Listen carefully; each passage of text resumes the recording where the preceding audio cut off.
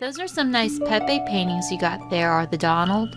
This one's super rare. But isn't Pepe supposed to be green? Well, this color set didn't come with green. Well, you know, if you mix yellow and blue together, you get green. Really? Wow. Would you look at that? Yeah, blue and red makes purple, and red and white makes pink. Oh, wow. I can add a little bit of this, and if I add some red and blue and... Be careful. You don't want to mix them all together. Well, why not? Well, then you wouldn't have any colors but one. You got to keep the colors separate if you want to keep the colors. You know, a lot of people hate me because I think that each color has to have its own place on the palette. Well, why would someone hate you for that? What's your favorite color, Arthur Donald? Red, white, and blue? Well, don't you know that those can't be made for mixing other colors together? So if you mix them all, you can't get them back.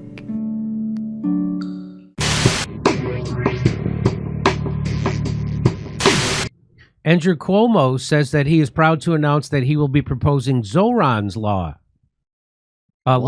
So I get the guy's name running for governor for mayor is I always call him Zolof Mondavi, but his name is Zoran, right? Yeah, and you see it right there in the tweet too. So I thought it was like Sharia law.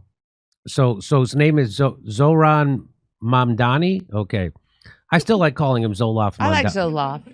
Zolof Mondavi is more accurate, I feel like. So Andrew Cuomo's trying to take over one of Mondavi's platforms, and he's going to try and give people help with their rent in New York City because rent is sky high in New York City. So he said, Zolof Mondavi, you say freeze the rent, but for who? Rich people like you? Hardworking working class New Yorkers are being pushed from their neighborhoods. Let's build affordable housing that helps the people who need it. Under Zora, first of all, this is such garbage. There's no... Andrew Cuomo doesn't mean any of this. He's in the pocket of the real estate developers just as much as that. So this is called campaigning. This is called by a guy just trying to lie and present himself as being what his opponent is. He says, let's build affordable housing that keeps the people who need it. Under Zoran's law, landlords can no longer rent vacant rent-controlled units to the wealthy. You are a rich person stealing affordable housing from the poor. And you're not the only one. It's past time we address this injustice. Let's build a new New York City that works for the people who need it. So he's saying that Zoran is one of these rich people who's stealing affordable housing from the poor. That's what he's saying. Really? Yeah. Hey, if you can afford New York housing, you are rich. Let's yeah, that's a fact, Jimmy. I lived there a long time. But, you know, I'd say this to Andrew, but without the ultra wealthy pushing everybody else out of Manhattan, what's New York going to become? It's going to become what it was for centuries before, you know, like another nice American city, maybe. I don't know. So here's friend of the show, Ryan Grimm, fresh from a haircut, says, this will massively backfire. Huge numbers of people making six-figure salaries live in rent-controlled apartments and still struggle in New York City. That's a fact. That's the whole point of Mondavi's campaign. That even wealthy people are getting priced out of New York. That's what he's saying. Yeah. Mondavi's whole point is six-figure laptop liberals. Yeah. He's gonna win. So he's gonna be fake, just like AOC. He's gonna win and be a fake. Why would this idiot be back in any way politically? Andrew it's like Cuomo? Wiener coming back to be in the council. Margaret Kimberly says, you know, the median income of rent-stabilized tenants is $60,000. The trope of rich tenants in rent-stabilized apartments is just that, a trope.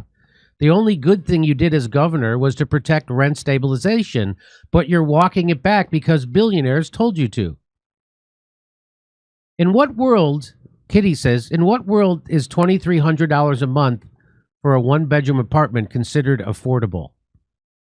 I don't know what world that would be.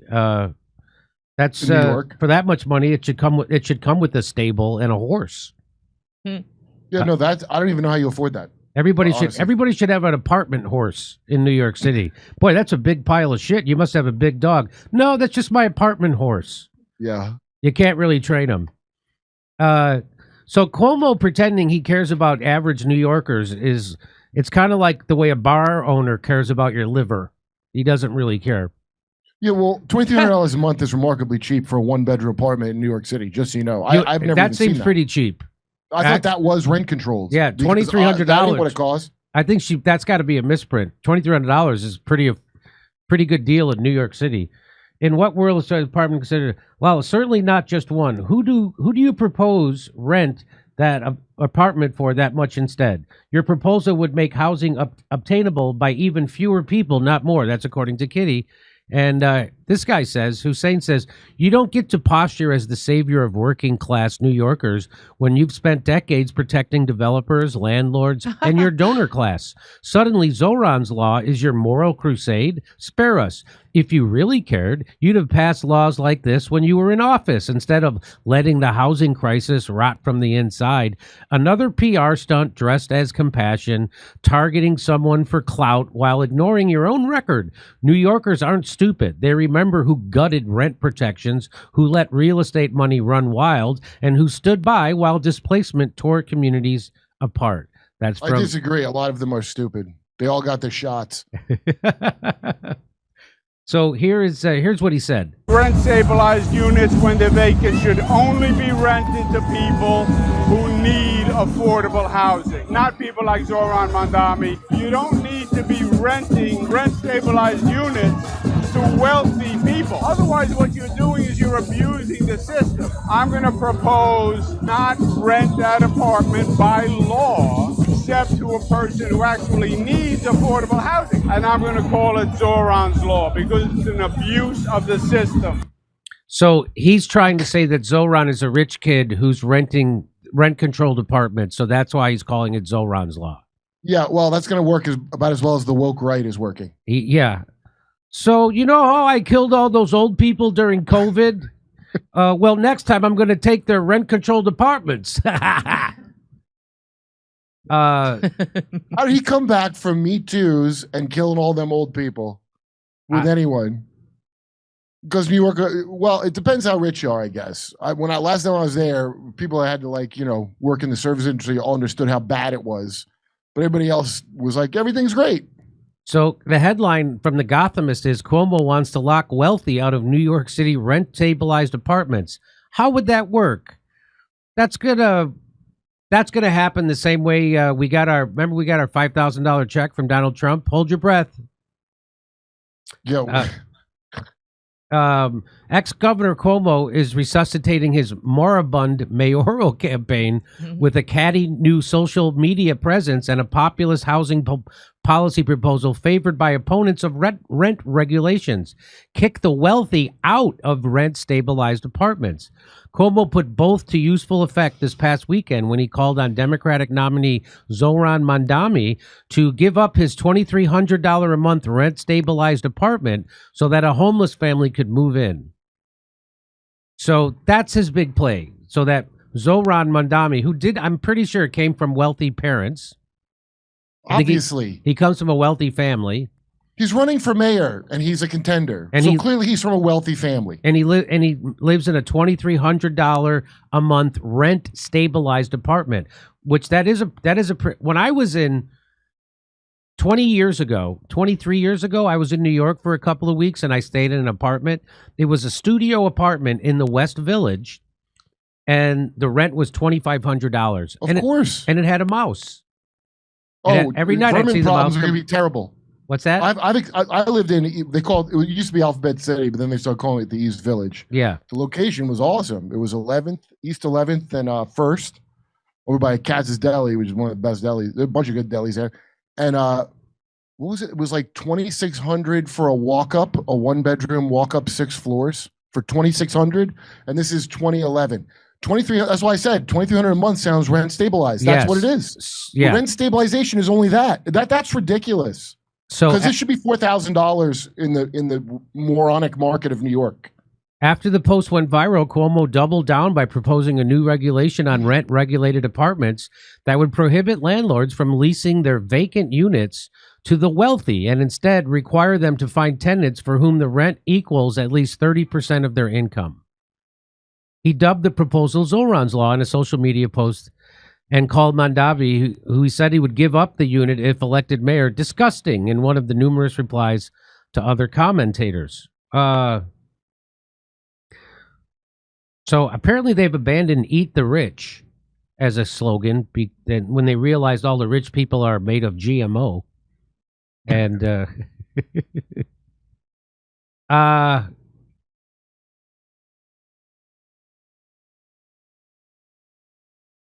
I mean, it's $2,300 a month to live in a building with a road paved in human shit leading up to it. That's basically... Mandami on Monday told reporters that Cuomo had many years to implement any one of these kinds of critiques into policy during his decade as governor, since the state sets and oversees the city's rent regulations. In 2019, Cuomo eliminated another form of means testing when he signed a law that prohibited landlords from deregulating apartments if tenants' earnings topped a certain amount. Okay. I didn't even know that was a thing. I've never had a rent-controlled apartment, but I didn't know that was even a thing. Me neither. What a joke. You can't just build housing. You can't just not have foreign investors have empty buildings in the city. There was empty buildings when they were putting the mass migration people into hotels, but we're not going to... It is unreal. Every major city does this. So I found that out from Tim Dillon years ago. So there's rent control, and that's mostly for buildings built before 1947, and there's rent stabilization, and that's for buildings built from 1947 to 1973. Yeah. So rent stabilization. Rent control is much stricter than rent stabilization, but so just so you know, they're not touching those. Mandami earns $142,000. So Mandami added that every tenant should have the stability that rent regulations help ensure, like lease renewals and protection from exorbitant increases. Really. Mandami earns $142,000 a year as a state assembly member and has said he got the apartment when he was making $47,000 a year.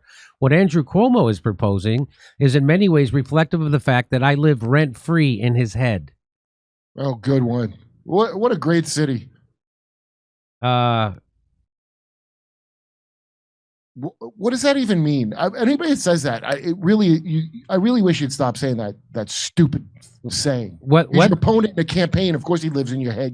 Oh my God. Whether or not you like the concept of means testing rent stabilized apartments, housing experts say it would create a bureaucratic nightmare for an already strained state housing agency that oversees a system with roughly 1 million apartments, ranging from low-cost units in century-old Bronx buildings to pricey pads and brand-new luxury high-rises in Midtown Manhattan.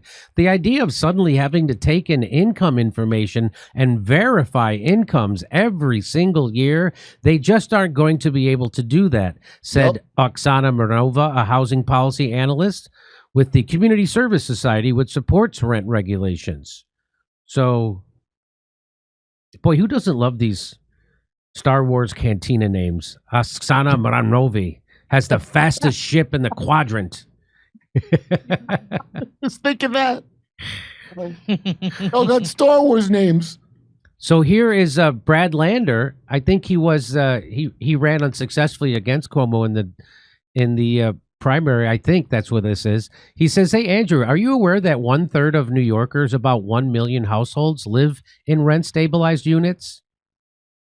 What's your plan means? What's your plan to means test all of them for their income? I'm sure it's a great one. Also, it's not a subsidy from the city. It's a limit on how much the rent can go up each year. Yeah. I'm proposing Andrew's Law. If you resigned as a governor in a blaze of harassment and corruption and you lost the primary and you have no idea what you're talking about, it's time to go back to Westchester." Yeah. And take your dumbass brother with you. So that's a great burn. it isn't just tenant advocates who criticize the idea. A 2021 report from New York University's Furman Center found means testing rent-regulated housing would be highly burdensome and potentially counterproductive by further reducing the amount of housing available for low-income tenants and displacing people who earn just above the income threshold. Furman Center faculty co-director Vicky Bean, you haven't been? A former city housing commissioner who has criticized the state's current rent laws said most tenants living in rent-stabilized apartments are already considered low income. Yeah, okay. I've lived low income most of my life, and at the height of making money when I was getting like good, like kind of good TV jobs, because New York is that ridiculous. So I mean, I don't know what, like, if you're rich in New York, you are really rich. Most people would be rich in a smaller town. I mean, the reason tenants living in rent-stabilized apartments are considered low income is because the landlords are taking most of their income. Huh. Yeah, right. It was more than 30%, as I recall. Right? I mean, okay. Those households have a median income. Those households have a median income of $60,000 per year, according to city data. In contrast, the citywide median income is about $76,500, according to the U.S. Census data. The best data that we have available indicates that the vast majority of people in rent-stabilized apartments are lower-income people. Are there high-income people living in rent-stabilized apartments? Yes. But is it worth it to try to ferret them out? Or will it do more harm than good? Does it spawn abuses by landlords? I'm going to guess yes. Yeah, of course it does. Cuomo's viral post, devoid of detail, nevertheless touched off a boisterous debate with responses breaking along ideological lines. Opponents of rent stabilization laws showed enthusiastic support. Those who say Mondami's brand of democratic socialism will destroy New York City also cheered Cuomo on. None of their plans are good, dude. Tenant advocates and progressive elected officials disagreed. Comptroller Brad Lander, that's the guy we just showed you, a Mondami ally who ran in the Democratic primary for mayor, said Cuomo was trying to distract from his own record on housing affordability and pointed to data showing that New York City lost more than 96,000 rent-stabilized units during Cuomo's decade-plus tenure as governor. How many of those apartments were given for free to immigrants? New York current rent stabilization rules were enacted in 1974 and applied to apartments and buildings with 6 or more units built before 1974, as well as new apartments and buildings that receive tax breaks or other subsidies. Yeah, so houses used to be a consumer good. Now they're an investment. And so once they change it over to that, that's why it sucks. Others say that New York City already has specific affordable housing programs for low and middle income renters based on annual earnings. There just isn't enough of them, said Alila Mohammed, CEO of rental listings and rating platform Openiglu. She called the means testing discussion a waste of time. She's right. She's 100% right. I think this whole conversation about means testing is a distraction around the bigger structural issue, which is that we have to build more affordable housing. There you go. That was the whole thing. That is actually affordable. The housing crisis is not going to be solved if middle income and high income people start giving up their apartments. Instead of just doing the thing where you have it where there's a supply available, they don't do that because we want it's just like we want wages low and we want housing demand high. So we asked ChatGPT, rent control, what is the difference between rent control and rent stabilization?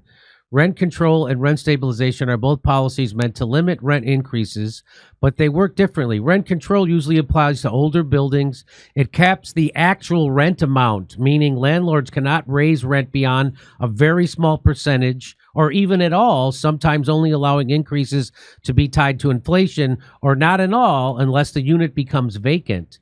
In strict rent control, rents can be far below market rates because they've been frozen for years, much less common today and usually only exists in certain cities like parts of New York, San Francisco, and Washington, D.C. Rent stabilization, on the other hand, allows regular rent increases, but they are regulated and capped by law or a rent board. It often applies to a wider range of buildings than the rent control, but still excludes most newer construction. Rent stabilization offers more flexibility for landlords while still protecting tenants from sudden, steep rent hikes. In places like New York City, rent-stabilized apartments make up the majority of regulated housing. A simple way to think of it is rent control equals a freeze or very tight lid on the rent. Rent stabilization equals slow, predictable rises in rent. Yeah, and that's just a normal thing in most apartments that I remember, unless I was like way out there. So it's a stupid argument they're having in the first place. The only reason there's when inflation goes way up, and you can do in a stabilized rent. That's why he's paying, what was it, $2,300? $2,300. And because inflation went way up. So you're still screwed with that. And rent control is stupid because there should be more supply of housing, but they don't want to make that. I just think it's funny they call it rent stabilization. Oh, yeah, the rent in Manhattan is about as stable as the guy in the subway having a fist fight with his own dick. That's how... I've seen that. Patrick Beck David, friend of the show, says if you roll up your sleeves and play offense like this daily, November 4th will be a good day. He's saying that to Andrew Cuomo. He's saying, this good, you keep going. Your opponent is young, nimble, energetic, and shameless. You have to match that and beyond. Running for mayor is very different than running for governor. Keep playing offense. That's what Patrick Beck David says. Patrick Bet Value, do you think that that's a good... He's throwing out something good there, Patrick? What are you talking about? I always listen to a guy that has bet in his name, especially when I'm in Vegas. How about that? That's part of the fun. Son of David. Patrick, son of David, is what his name means. Dude, this law wouldn't have even caught Zoran at the time that he rented. You need to evict people who become well off, which sounds capricious. I don't know what capricious means. It's this is both capricious and arbitrary. Your flies down, sir. Remember that, Kramer? So here, maybe his donors should do his means testing. And Andrew Cuomo received $25,000 from Harvey Weinstein law firm. So they're just trying to. Eric Hobson says, to be clear, the scandals are Cuomo on the Epstein list, pro bono legal work for Netanyahu. What is SAD, 13 women?